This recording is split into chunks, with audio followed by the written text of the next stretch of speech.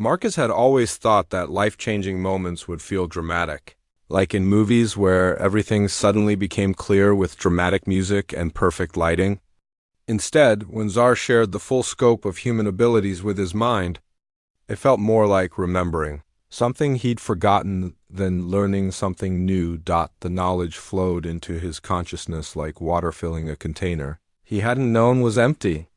He could suddenly perceive the quantum field fluctuations that surrounded every object in the vault. He could sense the electromagnetic signatures of the consortium ships still circling overhead. Most amazingly, he could feel the damaged quantum resonance enhancers in Czar's body like discordant notes in an otherwise perfect symphony. "Oh," Marcus said quietly. And Dr. Mitchell looked at him with concern. "What's happening?" "You look different." Marcus tested his new understanding by reaching toward one of the damaged telescopes in the vault. Without touching it, he could sense exactly what was wrong with its alignment system. With a simple mental adjustment, he corrected the quantum field distortion that had been causing its calibration errors for months. "Marcus," Dr. Mitchell said more urgently, "what just happened to that telescope?" The arrow light just turned green. "Now you begin to understand," Czar said in his mind. "Every human possesses this ability to varying degrees. Your scientists call it intuition when someone just knows the answer to a complex problem. Your engineers call it inspiration when they solve impossible design challenges. Your doctors call it bedside manner when they know exactly what a patient needs. It is all the same thing, quantum field manipulation, that your species performs without conscious awareness." Marcus looked at his hands, trying to process what he was learning about himself and his entire species. "How many people know about this?" "Among your kind, almost none consciously understand what they are doing." "Among the consortium?" "The ruling council has spent considerable effort ensuring this. Information remains suppressed. Because if humans knew what they could really do, your species would advance from primitive to post-scarcity civilization within a few generations. The consortium's carefully maintained power structure would become irrelevant." The building shook slightly, and all three of them looked up at the ceiling. The vibration was subtle but unmistakable. "They're not waiting anymore," Dr. Mitchell said. "Whatever they're planning to do to the building, they're starting." Czar struggled to lift his massive head. "Marcus, my quantum resonance enhancers, if you can repair them, I can contact my people and send them the research data before the consortium destroys this location." Marcus knelt beside the dragon's injured side. Through his expanded perception, he could see the implants clearly now. They were incredibly sophisticated devices, far beyond human technology, but they operated on principles that somehow made perfect sense to him. The damage was extensive. Energy weapon fire had shattered several key components and created quantum interference patterns that prevented the devices from functioning. Repairing them should have required advanced alien technology and specialized training, but as Marcus examined the damage more closely, he realized that the quantum field manipulation he was somehow capable of could do more than just fix alignment problems in telescopes. "Dr. Mitchell, I need you to monitor his vital signs while I try something." "Marcus, what are you planning to do?" "Something that should be impossible." Marcus placed his hands near the largest implant, not quite touching Czar's scales.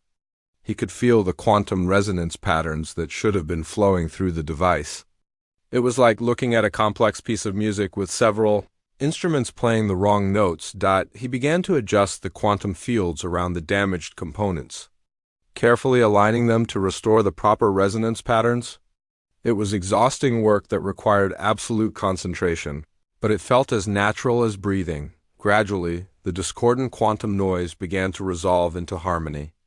The implant's quantum matrix stabilized, and Marcus felt a surge of energy as the device came back online. Czar's entire body shuddered and his eyes blazed brighter. "Extraordinary," he said, and for the first time his mental voice carried a note of awe. "You have not only repaired the damage, you have improved the efficiency of the matrix by approximately 30%. This should not be possible even for my people's most skilled technicians." "What does that mean?" It means, small human, that I have been greatly underestimating your species. The building shook again. More violently this time. Dr. Mitchell's equipment fell off a nearby table, and several of the instruments in the vault began beeping warning signals. Tsar's eyes closed in concentration. I am connecting to the consortium's network now. The research data will be transmitted to my surviving colleagues within moments. But something was wrong. Even with his newly awakened abilities, Marcus could sense that the quantum transmission was being blocked by interference from above. They're jamming the signal, he said. Dot confirmed. The consortium ships are generating a quantum dampening field. The transmission cannot penetrate it. Dr. Mitchell looked between them. Can you boost the signal somehow? Marcus examined the quantum field patterns filling the space around them. The dampening field was sophisticated, designed to block exactly the type of transmission Tsar was attempting. But it had been created to counter alien technology, not human quantum field manipulation. I think I can disrupt their jamming, Marcus said slowly. But I'll need to synchronize with your transmission, and I have no idea what that will do to me. The risk is considerable, Tsar warned. You would be directly interfacing with technology that your species was not designed to interact with. The quantum feedback could cause permanent neurological damage. The building shook a third time, and now they could hear structural creaking from somewhere above them. Whatever the consortium was doing, they were running out of time. Marcus looked at Dr. Mitchell, who was watching him with an expression of amazement and concern. Then he looked at Tsar, the wounded dragon who had trusted him with the most important secret in the galaxy. 3 days ago? My biggest worry was whether the coffee machine on the 3rd floor would keep breaking down, Marcus said. Now I'm about to try quantum field manipulation to help an alien. Dragon broadcast evidence that could change humanity's entire future. You do not have to do this, Tsar said gently. You could walk away now. Return to your previous life. The consortium would have no reason to consider you a threat. Marcus thought about that for exactly 2 seconds.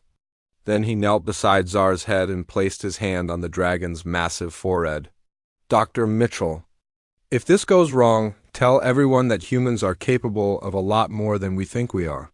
Marcus. Don't. He closed his eyes and reached out with his consciousness toward the quantum resonance enhancers. This time, instead of simply repairing them, he synchronized his own quantum field with their transmission patterns. The effect was immediate and overwhelming. Marcus felt his awareness expand beyond the vault, beyond the building, beyond Earth itself. He could perceive the 3 consortium ships in perfect detail, could sense the quantum dampening field they were generating. More than that, he could feel the vast network of communications that connected every consortium vessel and facility across dozens of star systems for a moment that lasted forever. Marcus held the entire consortium communication grid in his consciousness. He could have disrupted their military coordination, accessed their strategic databases, even shut down their planetary management systems, but he had a simpler goal. He reached through the quantum dampening field as if it were made of tissue, paper, and cleared a transmission path for Tsar's data broadcast. The research files began flowing through the network to their intended recipients. Evidence that human capabilities had been systematically underestimated. Proof that the consortium species hierarchy was built on false assumptions. Data that would change how every advanced civilization in the galaxy viewed humanity.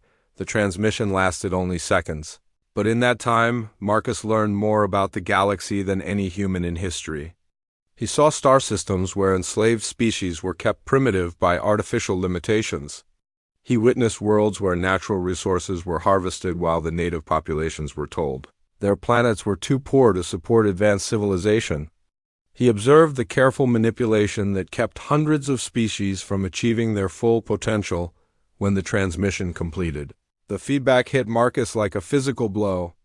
He collapsed beside Tsar's head, blood running from his nose, but he was smiling. It's done, he said weakly. The data is out there. Tsar's mental voice was filled with gratitude and amazement. Not only is it transmitted, but you have somehow embedded it with quantum authenticity markers that make it impossible to falsify or suppress. Every major civilization in the galaxy will receive this information within the next few hours. The building stopped shaking. Through his enhanced perception, Marcus could sense the three consortium ships pulling back. Their scanning equipment now focused on analyzing what had just happened. Why did they stop? Dr. Mitchell asked. Because their mission parameters just changed, Zar explained. They came here to eliminate evidence of human capabilities. Instead, they have witnessed a demonstration that exceeds their most pessimistic assessments. They are now reporting to their superiors, and the loading dock was barely big enough for the dragon, even with its wings folded tight against its body. In the harsh fluorescent light, Marcus could see the creature's wounds more clearly. The energy burns were worse than he'd thought, cutting deep into the metallic scales along its side. Its left wing had 3 holes burned through the membrane, and the injured leg was definitely broken. Dr. Mitchell was already unpacking her medical bag. Though Marcus doubted anything inside it was designed for 20-foot dragons. I can treat some of these wounds, she said quietly, but I have no idea what this creature's biology is like. I could do more harm than good. The dragon's voice appeared in Marcus's mind again, clearer this time. The small healer speaks truth. My physiology differs greatly from your world's creatures, but there is knowledge within me that can guide her hands. If she is willing, Marcus looked between Dr. Mitchell and the dragon. He can help you. Somehow, he can share information about his biology so you know what you're doing. He? How do you know it's male? Because he's talking to me. In my head, Dr. Mitchell stared at him for a long moment. Marcus, telepathy isn't scientifically. Tell her that the primary circulatory vessels run along the dorsal ridge. Beneath the larger scales, the dragon interrupted. The energy weapon struck close to one of these vessels. If it is severed, I will not survive your planet's rotation cycle, Marcus repeated the information, and Dr. Mitchell's expression shifted from skepticism to amazement. That's anatomically sound based on what I can see. No human would know to mention dorsal circulation in relation to these wounds unless a dragon told them, Marcus finished. Dr. Mitchell knelt beside the dragon's injured side. If you can really communicate with him, ask if I can touch the wounds to examine them. The dragon's response was immediate. The healer may proceed.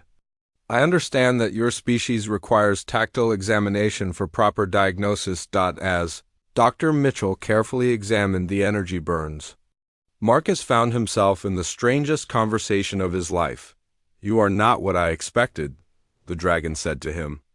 When I crashed on this world, I assumed I would encounter your military forces or your scientific leaders.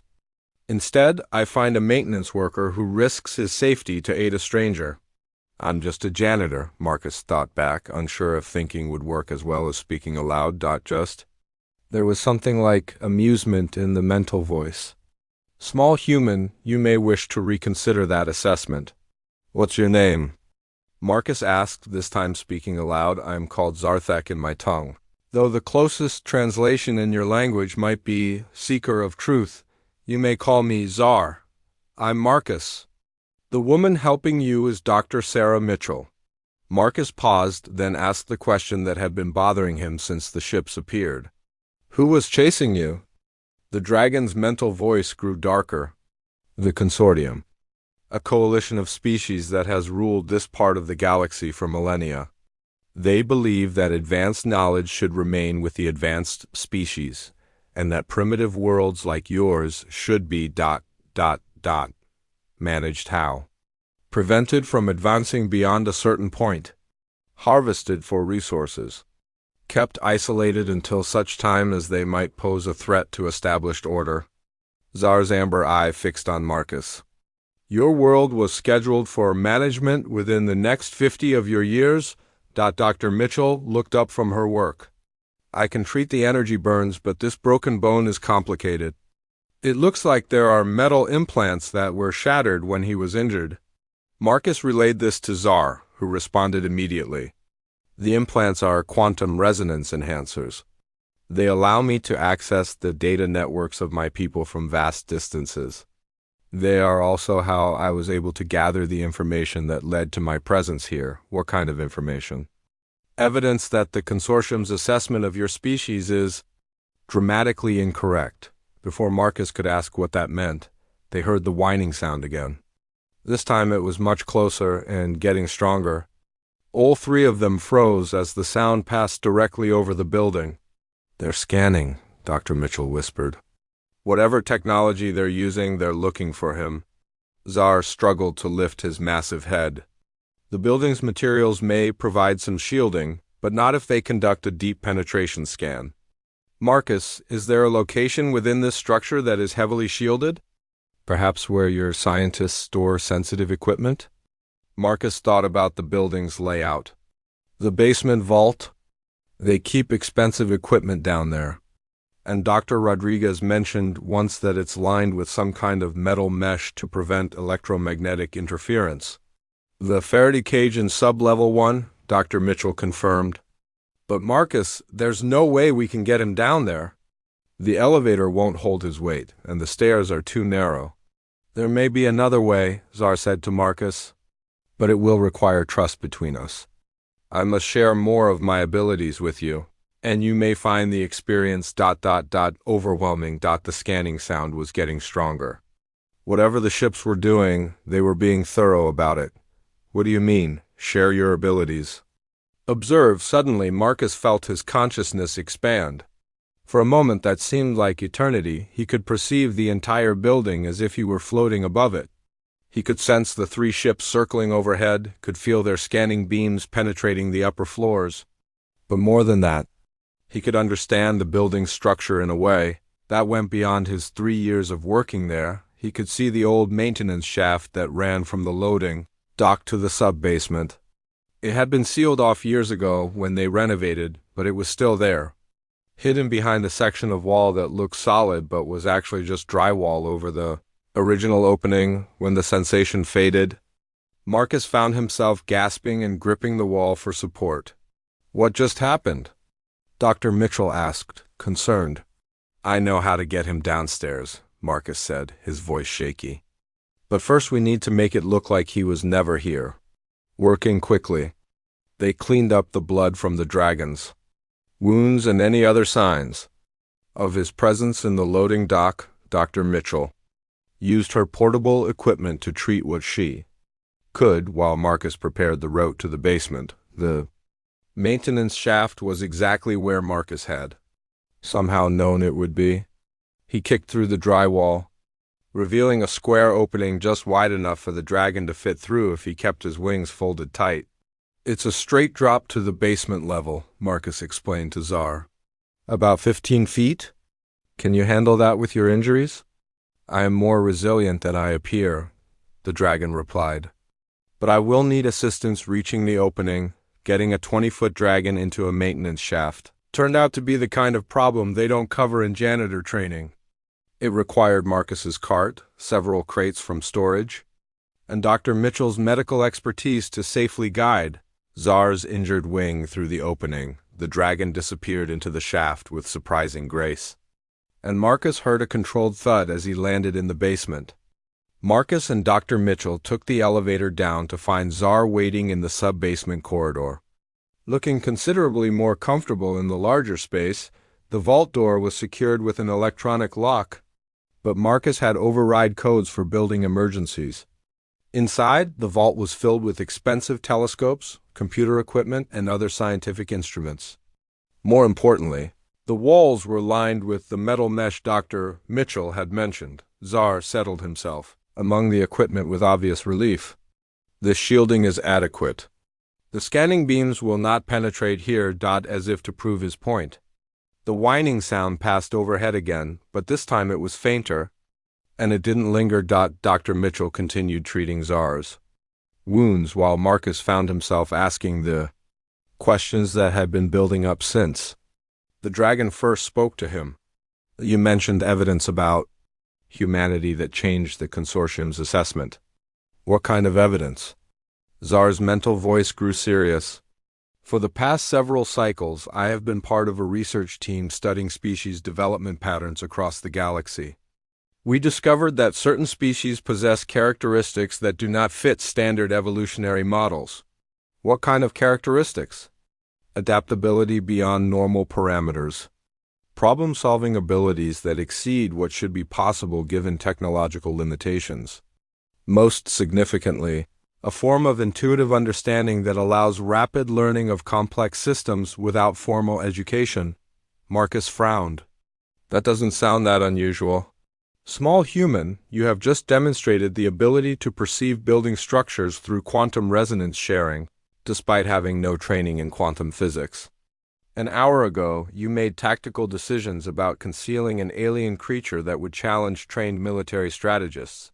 You are currently maintaining a three-way conversation involving telepathic communication translation, while monitoring for aerial threats. Dr. Mitchell looked up from her work. What's he saying? He thinks humans are special somehow. Not all humans, Lazar clarified. But a significant percentage display capabilities that the consortium categorizes as impossible. When this data was presented to the ruling council, they declared the research team's findings to be fabricated. When we insisted on further investigation, we were declared enemies of the established order.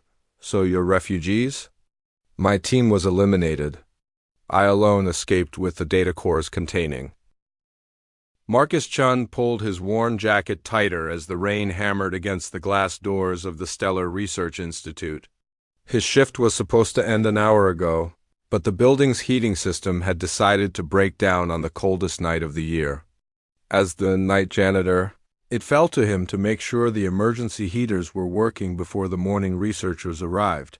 He pushed his cart through the empty hallways, the wheels squeaking against the polished floor. The sound echoed off the walls lined with photos of space telescopes, distant galaxies, and smiling scientists in lab coats.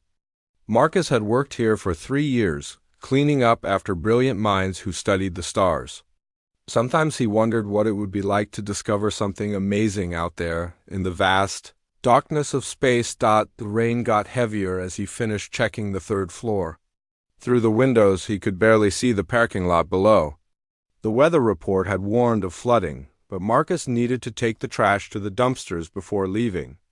The researchers would complain if their lab smelled like old coffee and leftover takeout. He loaded the last bag onto his cart and headed for the back exit. The service door opened with a loud creak, and the cold wind immediately soaked through his jacket. Marcus cursed under his breath and hurried toward the dumpsters at the edge of the parking lot. That's when he heard it, a low, rumbling sound that wasn't thunder. It was deeper, more controlled, like a giant animal trying not to make noise. Marcus stopped pushing his cart and listened. The sound came again, followed by what sounded like labored breathing. His first thought was that someone's dog had gotten loose in the storm. But as he moved closer to the edge of the parking lot, where it met the small patch of woods behind the building, he realized the breathing was too big for any dog. Too deliberate, Marcus grabbed the flashlight from his belt and clicked it on. The beam cut through the rain and darkness, sweeping across the trees. At first, he saw nothing but wet leaves and shadows. Then his light caught something that made him freeze. Scales, dark green scales the size of dinner plates, glistening with rainwater. The light traveled upward, revealing more scales than what looked like a massive shoulder. Marcus's hands shook as he followed the form with his flashlight. It was a dragon. Not the fairy tale kind with tiny wings and cute faces. This was something from a nightmare or a movie with a budget bigger than most countries. The creature was easily 20 feet long, with powerful legs that ended in claws the length of kitchen knives. Its wings were folded against its body, but Marcus could see they were torn and bleeding. The dragon's head was turned away from him, but he could hear its labored breathing clearly now. Every instinct screamed at Marcus to run. Drop the flashlight, forget the trash, and get back inside where there were walls and doors between him and this impossible thing. But as he started to back away, his light caught something else. Blood, lots of it, spreading across the muddy ground beneath the dragon.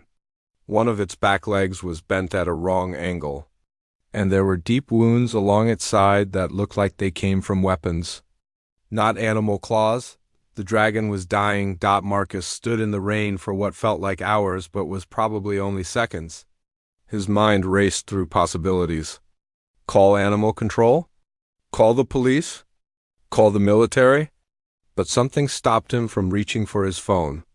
Maybe it was the way the dragon's breathing was getting weaker. Maybe it was the fact that it hadn't tried to hurt him, even though it definitely could have. Or maybe it was because Marcus had spent his whole life being the guy nobody noticed. The janitor who cleaned up after important people, who listened to their conversations about amazing discoveries while he emptied their trash cans.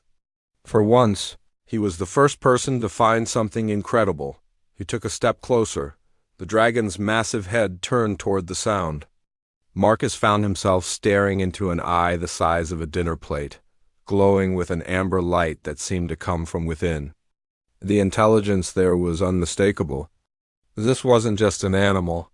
"Hey," Marcus said quietly, feeling foolish for talking to a creature that probably didn't understand English.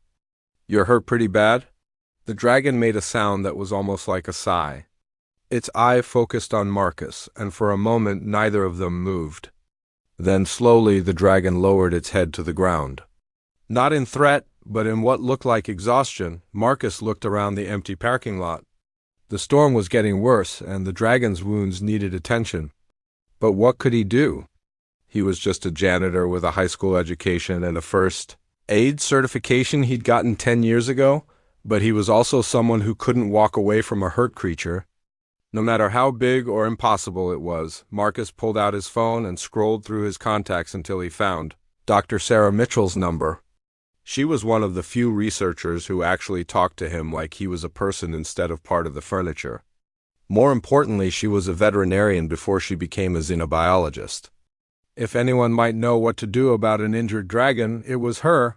The phone rang 3 times before her sleepy voice answered. "Marcus, it's past midnight. Is everything okay at the Institute?"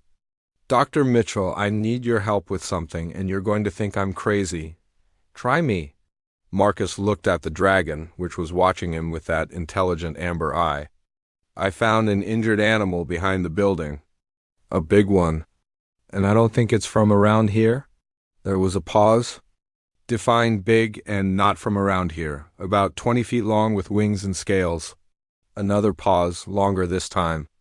"Marcus, are you sure you're okay? Have you been drinking?" "I haven't had a drink in 4 years, Dr. Mitchell. You know that." Marcus's voice was steady despite the impossibility of what he was saying. "I'm sending you a picture." He held up his phone and took a photo, the flash illuminating the dragon's massive form for just a moment. The creature flinched slightly but didn't move away.